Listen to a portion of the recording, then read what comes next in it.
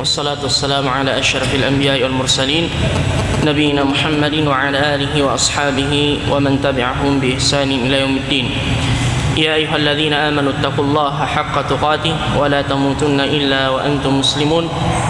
يا أيها الناس اتقوا ربكم الذي خلقكم من نفس واحدة وخلق منها زوجها وبث منهما رجالا كثيرا ونساء واتقوا الله الذي تساءلون به والأرحام إن الله كان عليكم رقيبا.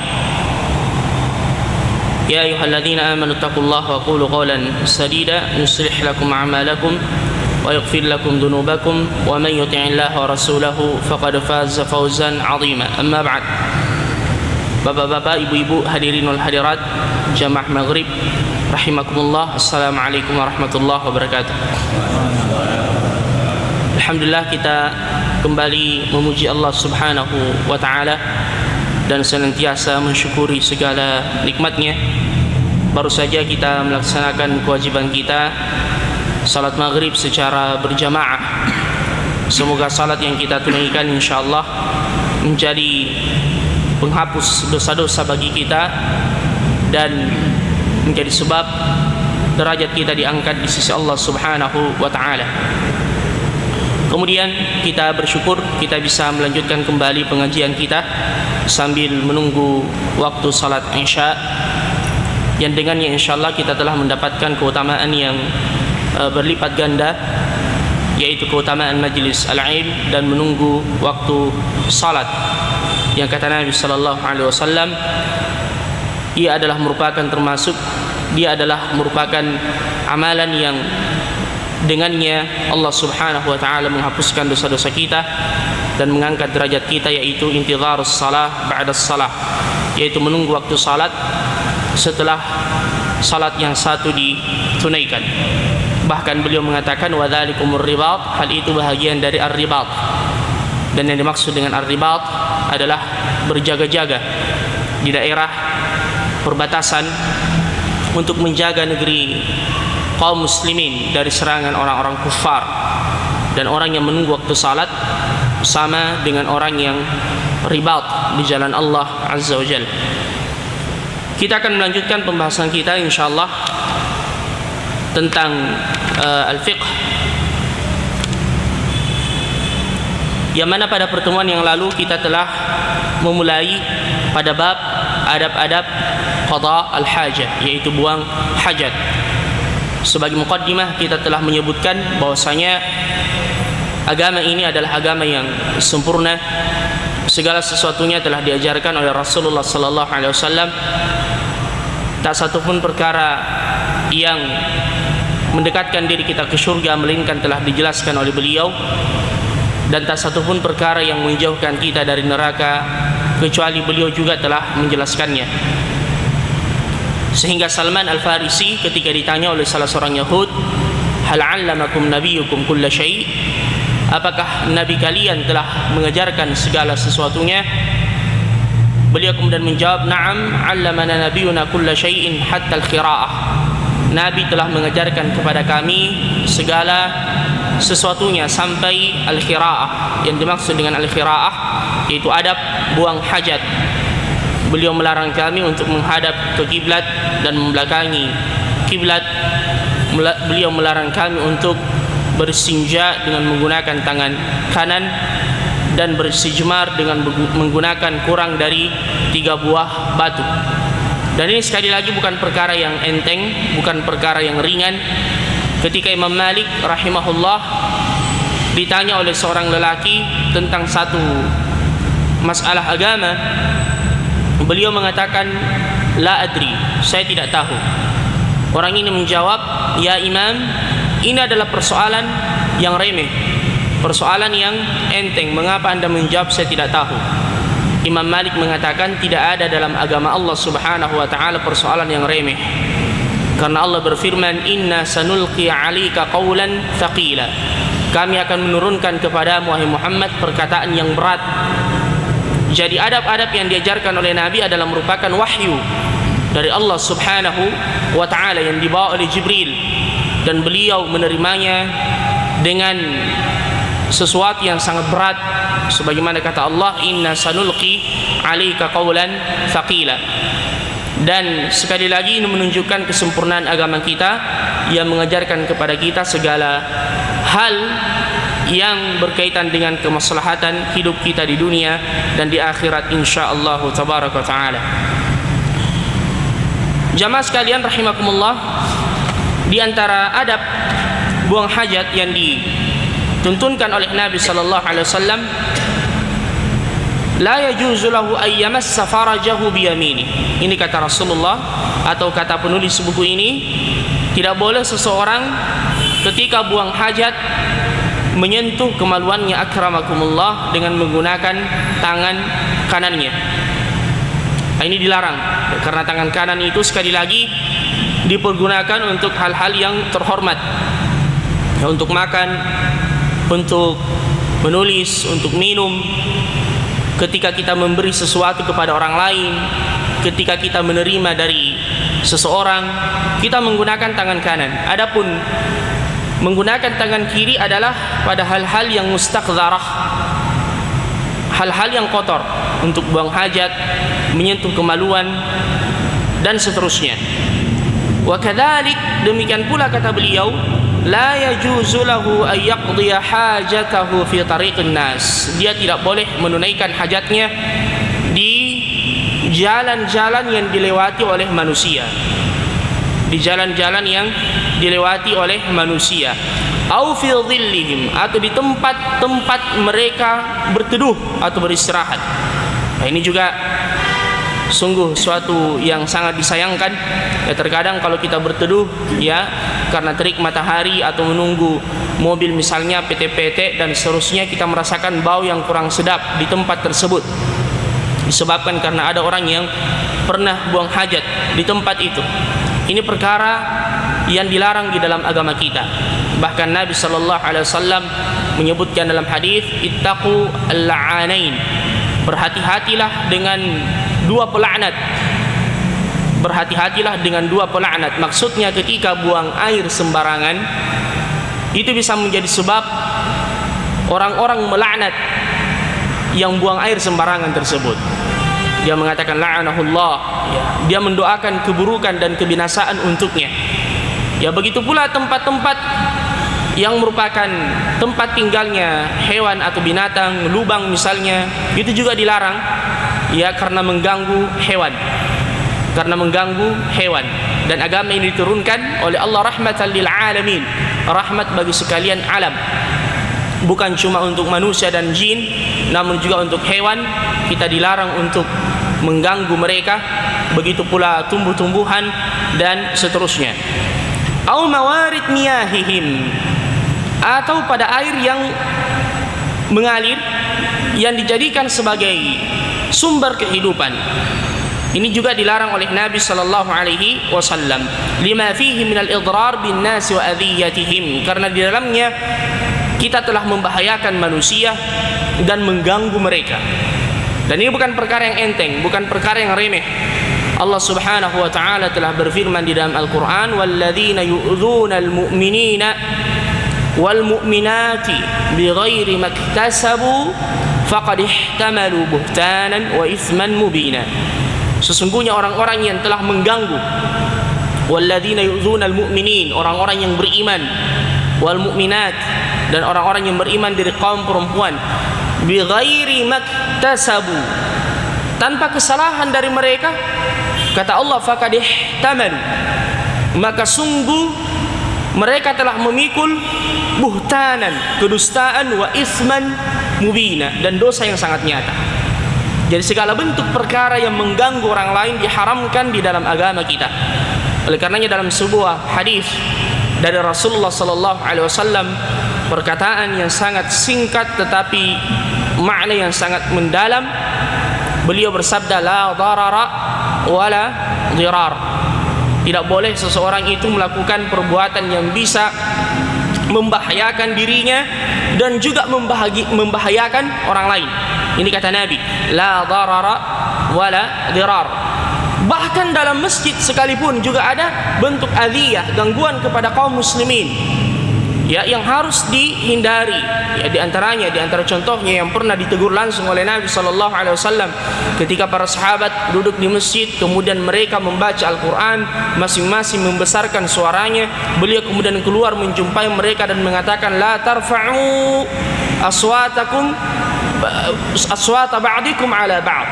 Janganlah salah seorang di antara kalian mengganggu saudaranya dengan mengangkat suaranya di atas saudara-saudaranya tersebut bil Quran, ketika ia membaca Al-Quran. Ya, sampai ketika kita di rumah misalnya ada orang yang tidur, kemudian kita membaca Al-Quran dan dibesarkan suara, walaupun Al-Quran yang dibaca tidak boleh kita mengganggu orang yang beristirahat. Makanya Nabi kita Muhammad sallallahu alaihi wasallam, kalau beliau kembali ke rumah terlambat, kemudian beliau memberi salam, ya salamnya beliau itu la yuqidhun naim, tidak membangunkan orang yang tertidur, tetapi didengar oleh orang yang masih bangun. Ini akhlak Nabi sallallahu alaihi wasallam. Jadi segala bentuk gangguan kepada orang lain itu diharamkan di dalam agama kita. Sebagaimana kata Nabi sallallahu alaihi wasallam, la darara wa la dirar. Baik gangguan yang berupa perbuatan kita sebagaimana yang kita jelaskan atau dengan lisan kita. Kata Nabi sallallahu alaihi wasallam, wallahi la yu'min, wallahi la yu'min, wallahi la yu'min. Demi Allah, belumlah seseorang dikatakan beriman, belumlah seseorang dikatakan beriman, belumlah seseorang dikatakan beriman. Al-jarul ladzi la ya'manu jaruhu min bawa'iqihi. Seseorang yang tidak aman, ya, seorang tetangga yang tidak aman tetangganya yang lain dari gangguannya. Ya. Nah, ini juga dalam kehidupan bermasyarakat, bertetangga, kita tidak boleh mengganggu tetangga kita, mengganggu istirahat mereka. Ya, bahkan ketika disebutkan dalam hukum fikih, ketika ada pohon yang tumbuh di depan rumah kita kemudian mengganggu tetangga kita, kita yang harus memotongnya, tidak boleh kemudian mengganggunya. Ya, bahkan kalau kita mau meninggikan rumah kita, sebaiknya meminta izin dari tetangga kita, jangan sampai menghalangi udara yang masuk ke rumah mereka. Ini dijelaskan dalam hukum fikih oleh para ulama kita, agar kemudian tidak ada kezaliman di antara kita. Allah sendiri menyebutkan dalam haditsul qudsi, ya ibadi inni haramtu dzulma ala nafsi wa ja'altuhu bainakum muharraman fala tadzalamu.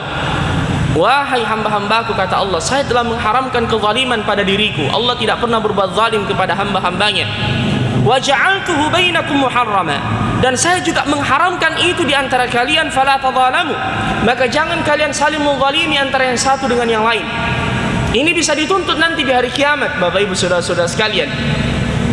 Makanya ada salah seorang salaf, ketika ia dalam keadaan sakaratul maut, dia memanggil anaknya dan mengatakan, wahai anakku, tolong engkau ke rumah fulan, tetangga kita, dan minta maaf darinya atas segala kesalahanku. Anaknya heran, dia mengenal bapaknya ini orang yang saleh, tidak pernah ada masalah dengan tetangga, tidak pernah ada masalah dengan orang lain. Dia kemudian bertanya, wahai bapakku, kesalahan apa yang pernah anda lakukan? Dia mengatakan, suatu hari tangan saya pernah berlemak, berminyak, kemudian saya mengusap tanganku di dinding tetanggaku dan berjatuhan tanahnya. Saya khawatir jangan sampai itu kezalimannya, nanti di hari kiamat saya akan dihisab oleh Allah subhanahu wa ta'ala. Subhanallah. Jadi agama kita, Bapak Ibu saudara-saudara sekalian, segala bentuk kezaliman, al-zulm, dilarang, diharamkan. Bahkan barang siapa yang pernah berbuat zalim kepada saudaranya, hendaknya ia meminta kehalalan darinya. Kata Nabi sallallahu alaihi wasallam, man kana li akhihi madlamah falyatahallalhu min qabli an la yakuna dinarun wala mata'. Barang siapa yang pernah berbuat zalim kepada saudaranya, hendaknya dia meminta maaf darinya sebelum datang satu hari di mana tidak ada lagi harta benda, tidak ada lagi dinar.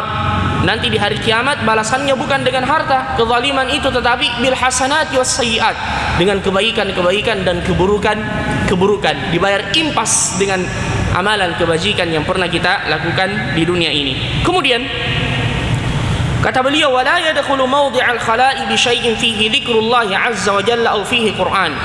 Tidak boleh seseorang masuk ke dalam hammam atau WC, tempat buang air, bi syai'in, dengan sesuatu fihi dzikrullah, yang ada di dalamnya zikir kepada Allah subhanahu wa ta'ala, aw fihi Al-Quran, atau yang ada tulisan Al-Quran. Apalagi membawa mushaf ke dalam WC tidak boleh, dilarang. Simpan di luar atau titip ke ikhwah. Atau misalnya buku-buku agama dibawa masuk ke WC, itu dilarang. Ya, makanya mungkin ada yang bertanya, bagaimana dengan HP Ustaz? HP yang berisi ya 30 juz misalnya, ya, rekaman kaset para masyayikh misalnya sering kita dengar-dengar lewat headset, ya, maka jawaban para ulama kita kalau yang itu tidak mengapa, yang penting tidak dibunyikan di dalam WC. Karena mengapa? Kalau dikatakan itu juga tidak boleh, berarti penghafal Al-Quran tidak boleh masuk WC. Karena penghafal Al-Quran juga tersimpan di dadanya, ya, sama dengan musajil yang tersimpan dalam rekaman. Cuma hati-hati, jangan kemudian dibunyikan. Dan inilah yang menjadi ilah dan sebab mengapa ulama kita melarang nada handphone itu bacaan Al-Quran. Jangan bacaan Al-Quran. Mengapa? Disababain atau di thalathati asbab. Ya, minimal 3 sebab. Yang pertama, dikhawatirkan ketika dia berada dalam WC, kemudian ada telepon dengan nada dering, tilawatul Quran, itu tempat yang tidak pantas untuk tilawatul Quran. Itu satu. Yang kedua, kalau misalnya kita mendapatkan telepon yang penting, kemudian ayat-ayat Al-Quran, kemudian kita terpaksa harus mengangkatnya karena penting, kemudian kita memotong kalamullah, firman Allah, perkataan Allah, dan kita lebih mementingkan perkataan manusia, itu penghinaan kepada firman Allah. 2. Yang ketiga, bisa merusak makna Al-Quran. Bayangkan kalau misalnya nada deringnya, dan ini yang banyak saya dengar, suaranya Syekh Sudais seperti ayat kursi yang kita baca tadi, seandainya dijadikan nada dering, ya baru dia membaca Allahu la ilaha, kemudian dia angkat, ya, tiada Tuhan, dia katakan la ilaha, dia angkat di situ harus illallah. Fawailul lil musallin, dia angkat, celaka orang-orang salat. Kenapa ada orang salat yang celaka? Ya, jadi itu bisa merusak makna Al-Quran. Akan tetapi bisa di handphone, ya, dimasukkan di rekaman handphone kita untuk kita dengar. Namun kalau untuk nada deringnya kita tidak menggunakan Al-Quran. Baik. Begitu pula dengan misalnya buletin, biasa hari Jumat itu dibagi-bagikan kemudian dimasukkan ke kantong.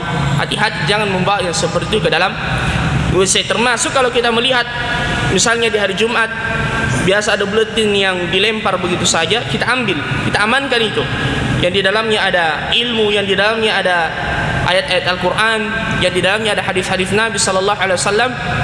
Ambil dan amankan di tempat yang layak, simpan di tempat yang layak.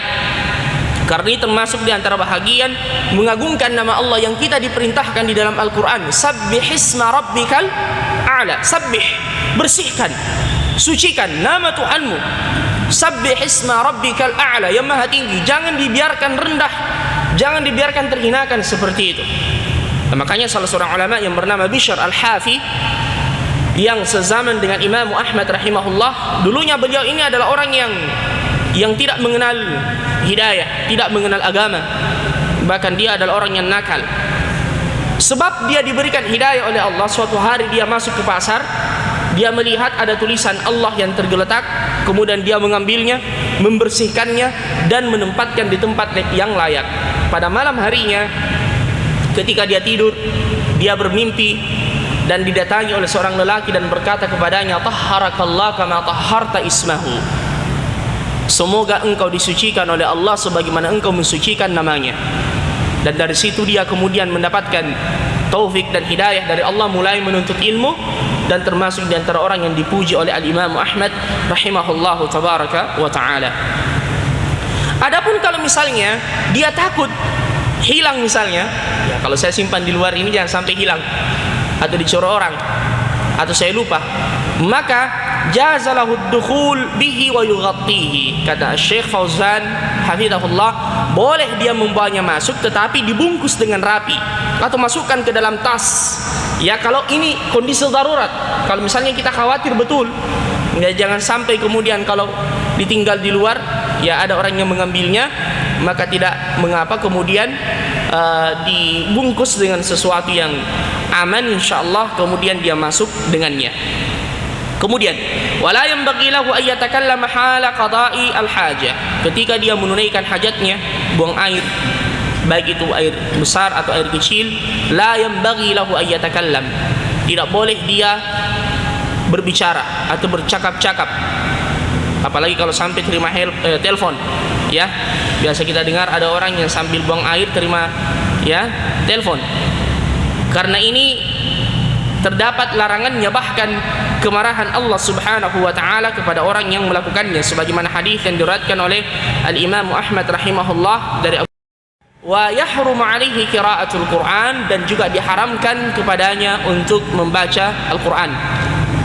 Kemudian kata beliau, fa idza faragha min qada'il hajah, ketika ia telah menyelesaikan hajatnya, fa innahu yunadhiful makhraj bil istinja'i bil ma', maka dia membersihkan ya tempat keluar hajat tersebut, akramakumullah, dengan menggunakan air ketika ada air, atau al-istijmar, atau dengan istijmar. Jadi ada yang disebut dengan istinja. Istinja itu artinya dengan air. Kalau tidak ada air, istijmar. Istijmar artinya menggunakan benda yang bisa membersihkan ya selain air. Seperti misalnya bil ahjar, dengan batu, ya, dengan kerikil misalnya. Au ma yaqumu maqamaha, atau yang sejenisnya seperti misalnya tisu, atau menggunakan kain dan seterusnya, kalau tidak mendapatkan apa? Kalau tidak mendapatkan air. Wa in jama'a bainahuma fa huwa afdal, dan seandainya dia mengumpulkan keduanya, dia menggunakan dulu istijmar, kemudian setelah itu mengikutkan dengan air, maka itu yang lebih afdal. Ya, itu yang lebih afdal. Wa in iktasara ala ahadihima, namun jika dia cuma menggunakan salah satu di antara keduanya, kafa, itu juga cukup, kata Syekh hafizahullah tabaraka wa taala. Baik. Kemudian Bapak Ibu saudara-saudara sekalian, Syekh memberikan nasihat dan wasiat, ihris ala tanazzuhi minal baul. Kata beliau, perhatikanlah cara bersuci dengan ya benar. Fa inna adam at-tanazzuh minhu, karena sesungguhnya tidak bersuci dengan baik, min mujibati adabil qabr, adalah merupakan salah satu di antara sebab seseorang diadab di dalam kuburnya, sebagaimana yang pernah kita jelaskan. Dari Abu Hurairah radhiyallahu anhu, beliau berkata, qala Rasulullah sallallahu alaihi wasallam, Rasulullah sallallahu alaihi wasallam bersabda, istanzihu minal baul fa inna 'ammata 'adabil qabri minhu. Perbaikilah cara kalian bersuci ketika buang air kecil, kata Rasulullah, karena sesungguhnya adab kubur itu disebabkan karena seseorang tidak bersih ketika ia bersuci. Kemudian ayat ikhwal akarim, Allah Subhanahu wa taala memuji bagi orang-orang yang mencintai kebersihan, ya, dan ini juga pujian yang Allah Subhanahu wa taala berikan kepada para sahabat yang berada di Masjid Quba, sebagaimana tafsiran surah At-Taubah ayat 108, fihi rijalun yuhibbuna an yatatahharu wallahu yuhibbul mutahhirin. Di Masjid Quba ada orang-orang yang senang bersuci, wallahu yuhibbul mutahhirin, dan Allah senang dengan orang-orang yang bersuci. Ketika mereka ditanya bagaimana cara mereka bersuci, mereka menjawab, inna nutbi'ul hijarata al-ma, kami itu menggabungkan antara al-istijmar dengan al-istinja. Setelah dia bersuci dengan menggunakan batu, dia juga menambah dengan bersuci menggunakan air. Dan ayat ini tidak khusus untuk sahabat yang ada di Masjid Quba pada waktu itu. Ini berlaku umum, karena ada kaidah dalam ilmu tafsir yang menyebutkan al-ibratu bi'umumil lafzi la bi khususi as-sabab. Sesungguhnya yang menjadi pelajaran bagi kita dari ayat-ayat Al-Quran atau hadis Nabi sallallahu alaihi wasallam, keumuman ayat itu dan bukan kekhususan sebabnya. Dalam artian bahwasanya barang siapa yang melakukan seperti apa yang mereka lakukan, dia juga masuk dalam ayat tersebut. Innallaha yuhibbul mutahhirin, wallahu yuhibbul mutahhirin, sesungguhnya Allah Subhanahu wa taala senang kepada orang-orang yang bersuci. Kemudian ketahuilah jamaah rahimakumullah, bahwasanya ketika ada di antara jamaah yang tidak sempurna cara bersucinya, itu bisa mempengaruhi salat mereka. Ya, karena salat berjamaah adalah ibadah kolektif. Ya, kalau ada kekurangan di antara mereka, itu bisa mempengaruhi salat yang ditunaikan. Sebagaimana dalam sebuah riwayat dari Nabi sallallahu alaihi wasallam, diriwayatkan oleh Imam Ahmad rahimahullah, ar-rajulin min ashabin Nabi sallallahu alaihi wasallam, anna Rasulullah sallallahu alaihi wasallam shalla bihim as-subh. Suatu ketika Nabi sallallahu alaihi wasallam memimpin salat subuh. dan beliau membaca surah Ar-Rum. Fa'auham artinya kabur bacaannya Rasulullah sallallahu alaihi wasallam. Ada yang keliru dalam bacaannya. Falamman saraf, ketika beliau telah selesai salat, beliau berkata, innahu yulabbisu alina al-Qur'an, ya, anna aqwaman minkum yusalluna ma'ana la yuhsinuna al-wudu. Sesungguhnya tadi kita tidak sempurna membaca bacaan Al-Qur'an karena ada di antara kalian yang tidak sempurna wudunya. Kemudian beliau berkata, faman syahida as-salata ma'ana, barang siapa yang salat berjamaah bersama dengan kami, falyuhsin al-wudu, hendaknya ia berwudu dengan sempurna, kata Nabi sallallahu alaihi wasallam. Jadi ini menunjukkan bahwasanya taharah itu ada kaitannya dengan kesempurnaan salat yang kita tunaikan. Ya, walaupun riwayat ini dilemahkan oleh sebagian ulama, tetapi disebutkan oleh Syekh dalam bukunya yang diriwayatkan oleh Al-Imam Ahmad rahimahullahu tabaraka wa taala. Ayyuhal ikhwal karim, inilah agama kita, dinu at-tahara wan nadhafah wan nazahah, yang menjelaskan kepada kita al-adab wa akram al-akhlaq, adab-adab dan akhlak yang mulia, yastaw'aba kullama yahtajuhu al-muslim, semuanya dijelaskan yang dibutuhkan oleh kaum muslimin, wa kullama yuslihuhu, dan yang berkaitan dengan kemaslahatan hidup mereka. Oleh karenanya dengan demikian kita telah menyelesaikan bab ini, yaitu bab fi adabi qada'i al-hajah, ya, sebagaimana disebutkan oleh Syekh hafizahullah tabaraka wa taala. Kemudian berikutnya kita berpindah ke bab yang baru, yaitu babun fis siwak wa khisalil fitrah. Bab penjelasan tentang sunnah bersiwak, membersihkan gigi, wa khisali al fitrah, dan fitrah yang dianjurkan oleh Nabi sallallahu alaihi wasallam. Kita akan jelaskan nanti apa yang dimaksud dengan khisal al fitrah. Diriwayatkan oleh Aisyah radhiyallahu anha, istri Rasulullah sallallahu alaihi wasallam, dan kita tahu siapa beliau, kekasihnya Rasulullah sallallahu alaihi wasallam. Ketika sahabat yang mulia Amr ibn al-As bertanya kepada Rasulullah, man ahabbun nas ilaika ya Rasulullah, siapakah orang yang paling Anda cintai ya Rasulullah? Beliau mengatakan Aisyah, yaitu Aisyah radhiyallahu anha. Ketika ditanya lagi, minar rijal, dari kaum laki-laki ya Rasulullah, beliau mengatakan abuha, yaitu bapaknya Abu Bakr As-Siddiq radhiyallahu anhu.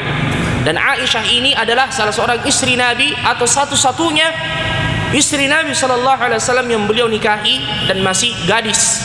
Dan dia adalah seorang yang sangat cerdas, dan memang dipersiapkan oleh Allah Subhanahu wa taala dengan kecerdasannya untuk menukil riwayat-riwayat yang dilakukan oleh Nabi sallallahu alaihi wasallam, terutama yang berkaitan dengan masalah-masalah yang sifatnya rahasia di rumah Rasulullah sallallahu alaihi wasallam.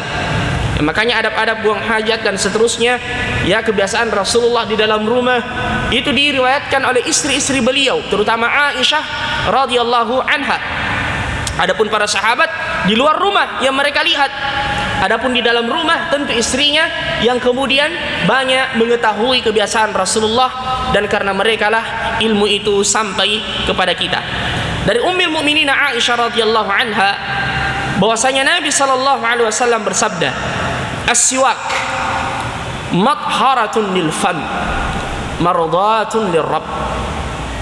Kata beliau, as-siwak matharatun lil fam, bersiwak adalah merupakan kebersihan buat mulut kita, mardatun lirrabb, dan mengundang keridhaan Allah Subhanahu wa taala.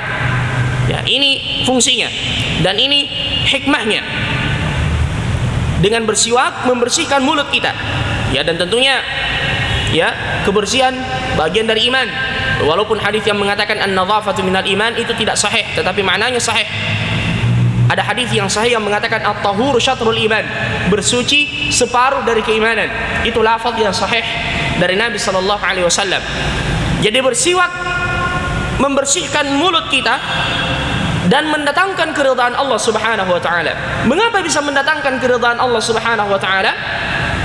Ya, karena itu tadi, kita diharamkan dan dilarang untuk mengganggu manusia. Apalagi kita ini adalah makhluk sosial. Kita bersama dengan keluarga kita, ya, bersama dengan jamaah yang lain.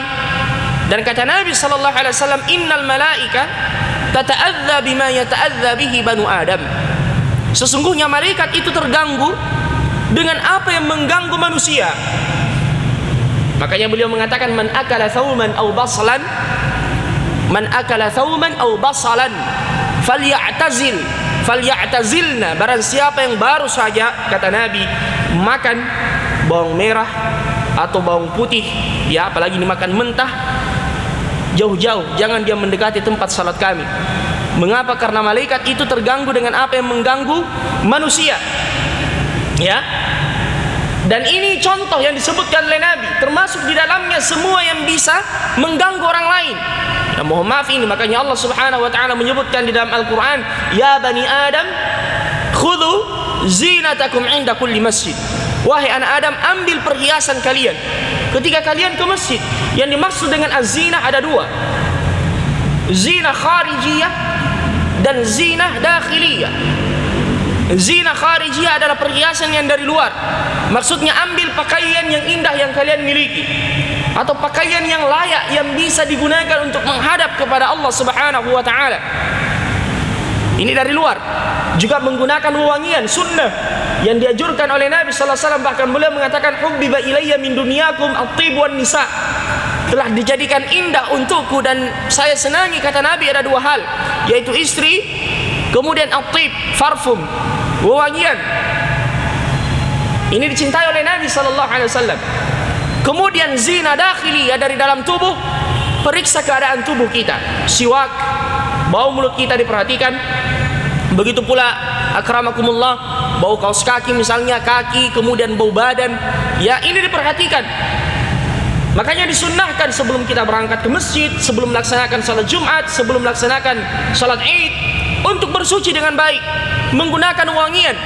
Apalagi ketika kita melaksanakan salat Jumat, bahkan disuruh oleh Nabi sallallahu alaihi wasallam untuk kita menggunakan parfum. Bahkan ada sebagian ulama mengatakan mandi sebelum berangkat melaksanakan salat Jumat hukumnya wajib. Sebagaimana hadis Nabi sallallahu alaihi wasallam, ghuslul jum'ati wajibun ala kulli muhtalin. Mandi Jumat itu wajib bagi orang yang sudah baligh. Ya, sebagian ulama, walaupun hukum yang sahih wallahu alam hukumnya sunnah, tetapi sangat ditekankan. Mengapa? Karena kita bertemu dengan kaum muslimin yang lain, dan malaikat terganggu dengan apa yang mengganggu mereka. Mohon maaf, termasuk juga diperhatikan misalnya bau rokok, ya, bekas ini lebih berbau biasanya dari ya bawang merah dan bawang putih, ya. La haya afidin wa akramakumullah. Makanya Nabi sallallahu alaihi wasallam mengatakan as-siwaku matharah lil fam, itu kesucian dan kebersihan untuk mulut, mardatul lirrabb, dan mengundang keridhaan Allah Subhanahu wa taala. Ya, mengapa? Karena setiap ucapan yang kita keluarkan dari mulut kita, zikir yang kita ucapkan dalam salat kita, doa dan munajah kita kepada Allah Subhanahu wa taala, malaikat mendekatkan diri kepada kita dan ingin mendengarkan apa yang kita ucapkan. Dan kalau bau mulut kurang sedap, maka mengganggu mereka. Ya, oleh karenanya diperintahkan oleh Nabi sallallahu alaihi wasallam untuk ya membersihkan, kita senantiasa memperhatikan kebersihan gigi kita.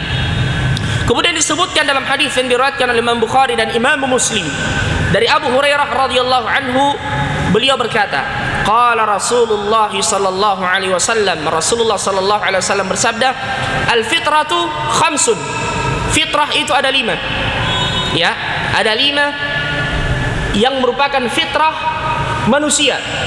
Maksudnya fitrah di sini adalah yataqabbaluhun nas, diterima oleh seluruh manusia secara fitrah, dan begitulah dia diciptakan dan begitulah dia dijadikan oleh Allah Subhanahu wa taala. Ya, seperti misalnya fitratul Islam.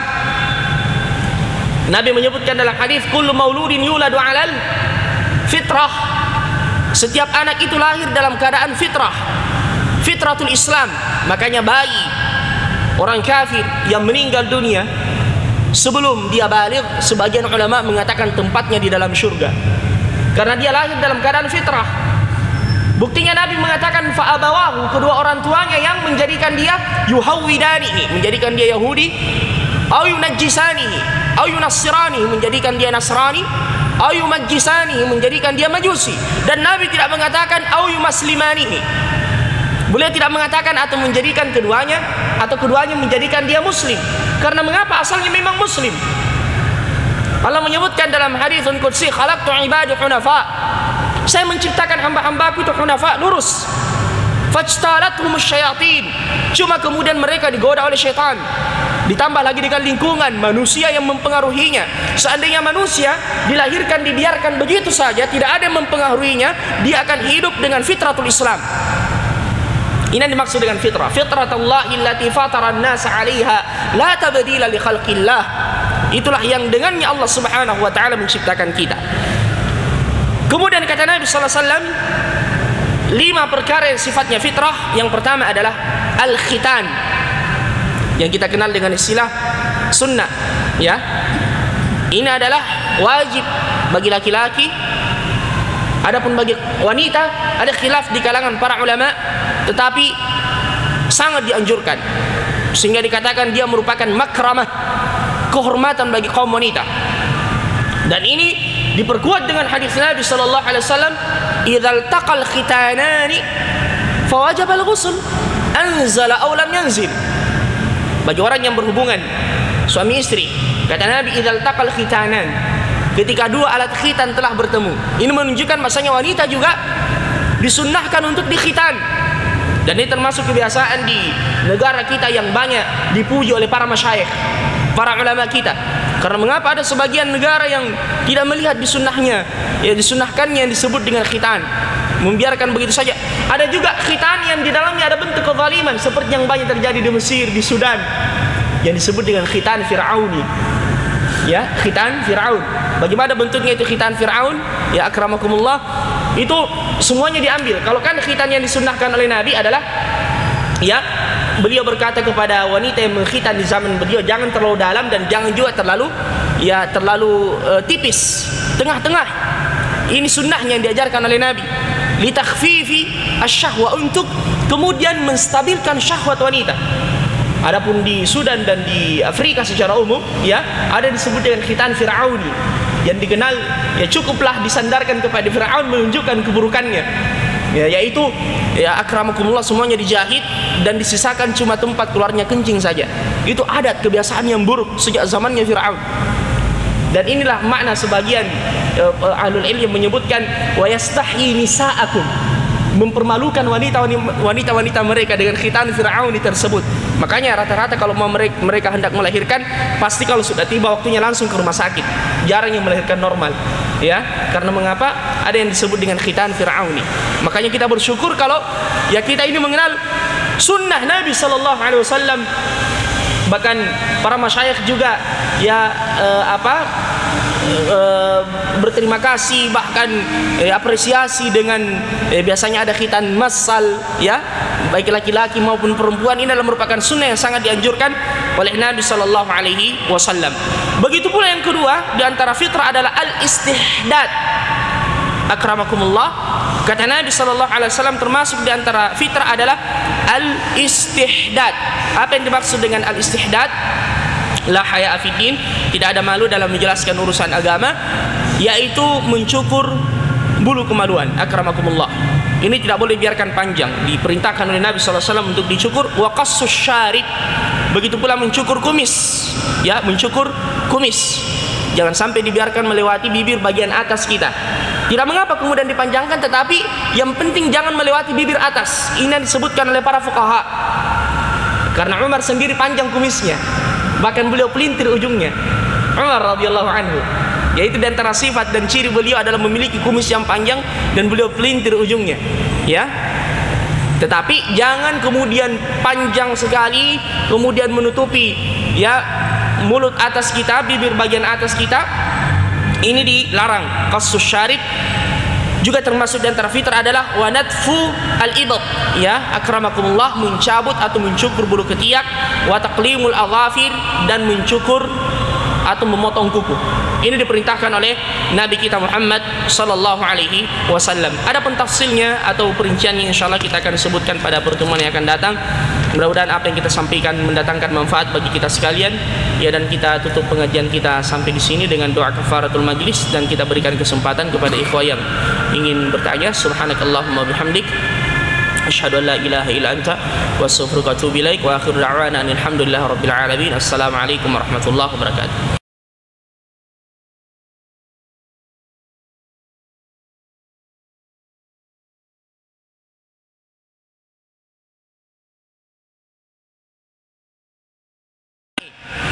Ya misalnya ya dia sengaja berlama-lama supaya mendapatkan inspirasi.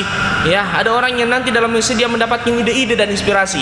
Ya, hendaknya tidak seperti itu. Tapi kalau ada alasan seperti misalnya sulit buang air atau ada uzur yang lain, maka itu tidak mengapa. Kecuali yang kedua ini yang dilarang. Ada yang disebut dengan waswas. Ada orang yang waswas. Ini dari syaitan.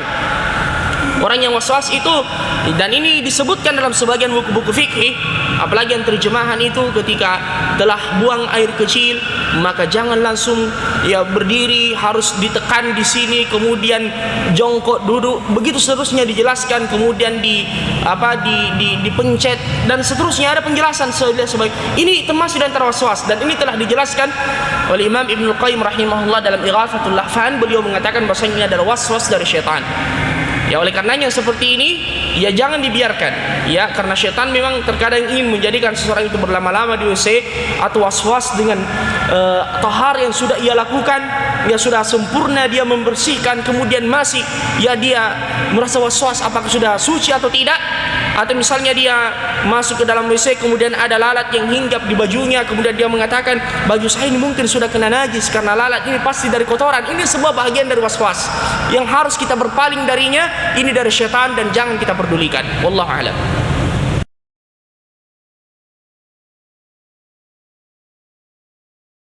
Hadis yang sahih, "Mamassa farjahu falyatawadda." Barang siapa yang menyentuh kemaluannya maka ia berwudu. Falyatawadda di sini adalah perintah dari Nabi sallallahu alaihi wasallam. Dari sinilah sebagian ulama mengatakan bahwasanya menyentuh kemaluan itu adalah perkara yang membatalkan wudu. Namun ada hadis yang lain yang ketika ada salah seorang sahabat yang bertanya kepada Rasulullah sallallahu alaihi wasallam tentang menyentuh kemaluan, beliau mengatakan innama huwa bud'atun mink. Itu hanyalah anggota tubuh darimu seperti telinga, hidung dan seterusnya. Jadi difahami dari hadis yang kedua ini bahwasanya itu tidak membatalkan wudu. Bagaimana caranya? Ini kaidah yang perlu kita pahami. Tidak boleh kemudian kita membatalkan satu nas, satu hadis idza amkanal jama', jika bisa dikumpulkan dan ditaufiq. Ini disebut dengan at-taufiq baina al-haditsain, antara dua hadis, antara dua nas yang kelihatannya ada perbedaan di dalamnya. At-taufiq namanya, dikumpulkan. Makanya ulama kita mengambil jalan pertengahan. Mereka mengatakan bahwasanya menyentuh kemaluan yang membatalkan wudu adalah ketika disertai dengan syahwat. Adapun kalau tidak disertai dengan syahwat, maka itu tidak membatalkan wudu. Karena ketika disertai dengan syahwat, madhinna, dia bisa menjadi sebab wudu itu batal. Mengapa? Karena bisa menyebabkan air mani itu keluar. Ya. Adapun jika tidak menyentuhnya dengan syahwat, maka insya Allah tidak membatalkan wudu. Tidak membatalkan wudu. Mungkin ada yang mengatakan kapan itu bisa terjadi? Ya, bisa terjadi. Ada kondisi tertentu, misalnya seseorang itu sudah tersalurkan syahwatnya, misalnya dia baru saja berhubungan dengan keluarganya, itu kan syahwatnya sudah turun pada dalam kondisi seperti itu. Makanya ketika dia menyentuh kemaluannya, tidak naik syahwatnya, kemudian tidak membatalkan wudunya insyaallah. Namun ada yang kedua yang saya sampaikan, bahwasanya untuk masalah yang seperti ini juga perlu yang disebut dengan al-ihtiyat, kehati-hatian. Kehati-hatian itu penting, ya. Seandainya dia juga mengulangi wudunya, ya berwudu, maka itu bahagian dari kehati-hatian, al-ihtiyat, dan itu adalah sesuatu yang terpuji. Namun seandainya dia juga tidak mengulangi wudunya ketika menyentuh kemaluannya tidak dalam keadaan syahwat, maka itu juga tidak membatalkan wudunya insyaallah. Wallahu a'lam. Ya. Dalam surat An-Nisa ayat 43 itu ada ayat sebagai ayat berbunyi Allah mastul nisa. Ya. Yang dimaksudkan di sini kata Ibnu Abbas ada al-jima'. Al-jima' berhubungan dengan istri atau wanita. Bukan dalam madhab Asy-Syafi'iyah disebutkan bahwasanya sekedar menyentuh wanita itu membatalkan wudu. Tapi ini pendapat yang marjuh, pendapat yang lemah, karena ditafsirkan oleh Ibnu Abbas dan sahabat yang lain bahwasanya yang dimaksud dengan aulamastumun nisa falam tajidu ma'an, yang dimaksudkan adalah al-jima', berhubungan antara suami istri. Wallahu a'lam.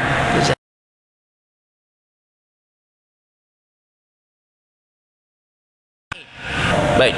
Adapun yang pertama, ya sebenarnya itu hukumnya relatif, ya. Hukumnya relatif, tetapi dia memang harus melihat kalau misalnya memang mengganggu orang dan rata-rata hampir semuanya merasa terganggu, maka jangan kita gunakan. Wadih?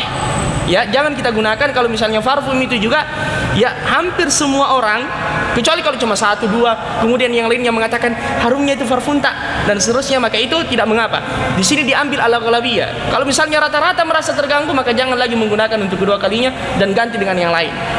Kemudian yang kedua, kalau misalnya ketika seseorang mendengarkan khutbah dan imam yang memancing pembicaraan dengan jamaah ya untuk kemaslahatan khutbah, maka itu tidak mengapa.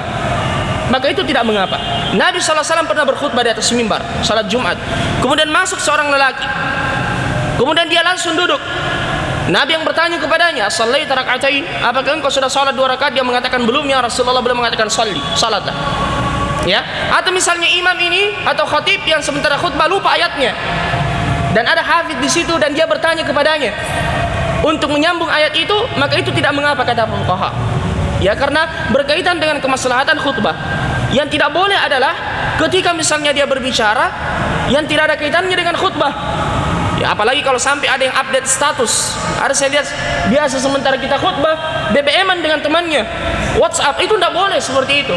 Ya, bisa mengurangi pahala Jumat kita. Makanya kalau mendengarkan khutbah konsentrasi karena dia merupakan bagian dari Jumat. Wallahu a'lam. Jazakallahu khair.